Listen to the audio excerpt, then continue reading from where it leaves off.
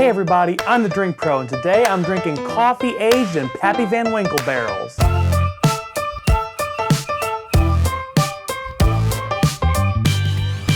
What's up everyone, Kyle the Drink Pro here with you yet again. Thank you as always for enjoying this channel and being here with me today. We've got a fun one that I'm a little curious about. I'm honestly a little skeptical about it too. We have Pappy Van Winkle aged coffee. So there are three sisters that are fourth generation Van Winkle descendants, Louise, Cheryl, and Carrie. Those three started a company called Pappy & Co. And they sell a variety of lifestyle products, is what I would call them, surrounding the Van Winkle lineup. Now these three sisters make a lot of different kinds of products, and one of them happens to be this right here. Pappy & Co. single origin coffee aged in Pappy Van Winkle barrels. Now it's not cheap. This is a 12-ounce bag of coffee and it cost me $23. Now if you get into those very high dollar single origin coffees, you're gonna get way past this price point, but it's putting itself at a price that's pretty expensive, frankly, in the coffee world that most average consumers exist in. So I'm gonna try it today and find out if it's worth the price. A couple of things I will note about this coffee. First off, it is a medium dark roast, which already honestly is kind of a knock against it for me.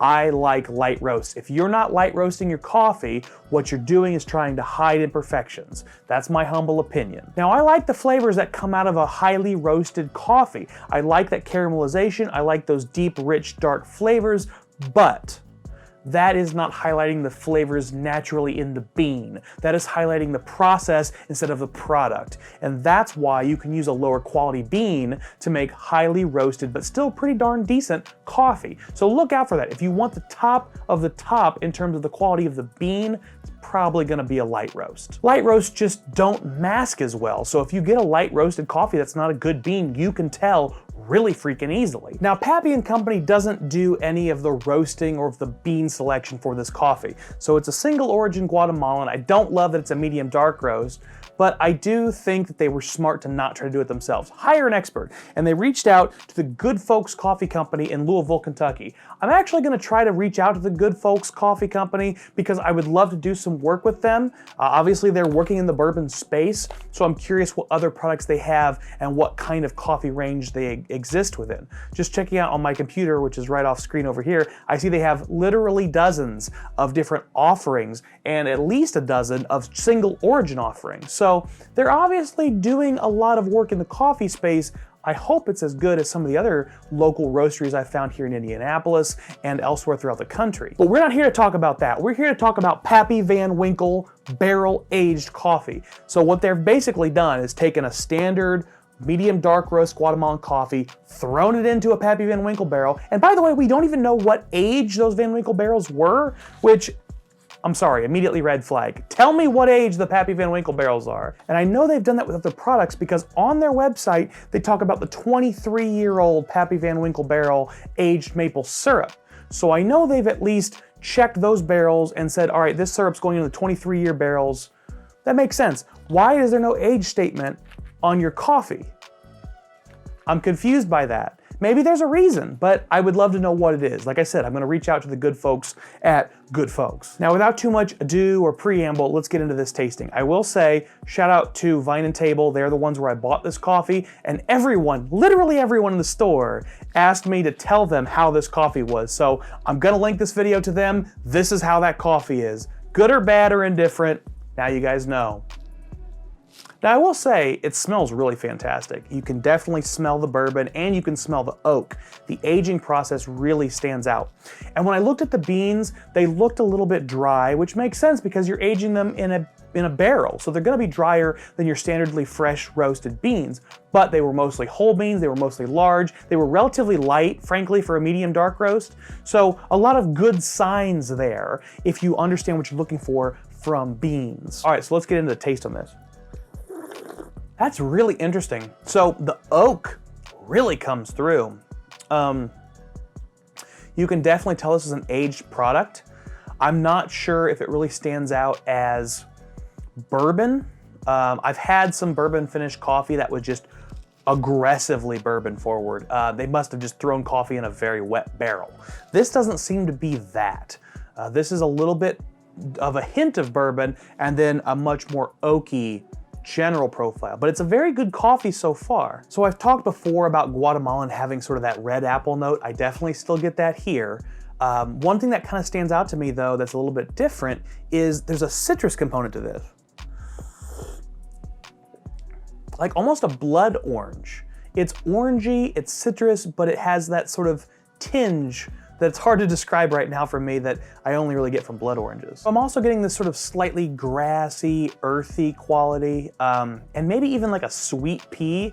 There's a definite vegetal note that's actually very common in coffee, and is sort of seen as bad in whiskey, but it's good here. I gotta be honest, I had pretty low expectations for this coffee. You know, it's a medium dark roast, which is already a strike in my mind.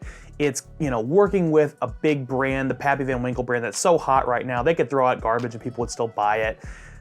I kind of expected it to be junk coffee, I'll be honest. I did not really give the good folks at Good Folks very much credit, but this is a very solid coffee. It's maybe not how I would roast a Guatemalan, but there's a lot of good things going on. I'm really surprised by the savory components, that like green pea that's sweet and almost like a sun-dried tomato. It's very unique in terms of those savory components. That's not something I've gotten from really any other coffees that I've tried. There's a little bit of like a toast component, I think that comes from the roast, and there's also this sort of marzipan and maybe a caramel, like the burnt sugar quality. There's not a lot of floral or fruit for me in this particular roast, but I gotta say, this is a damn good cup of coffee. Like, well done, Pappy & Co. And I may actually give more credit to the good folks at Good Folks because this is really solid coffee. I will say, like I said, my expectations were low, but this has far exceeded them. If you want bourbon flavored coffee, this is not it. Let me be very, very clear.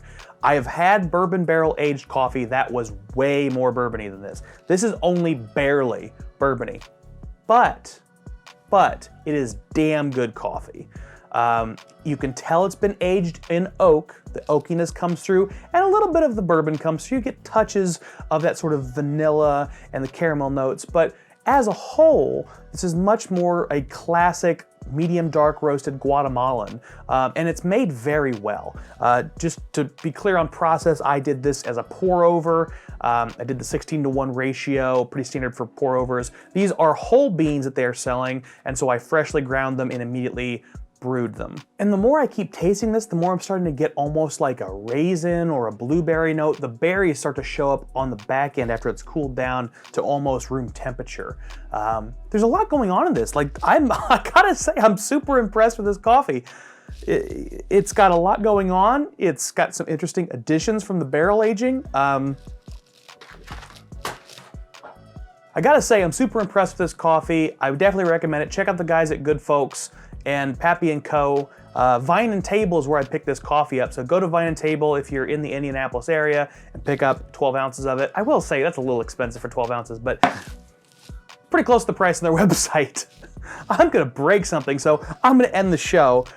This is a cool cup of coffee. You can definitely taste the oak. It's got some nice savoriness from some almost vegetal characteristics, but it's also got that classic bourbon sweetness and a little bit of a berry note to boot. So definitely worth trying, definitely check it out. Cheers. Y'all keep drinking like professionals.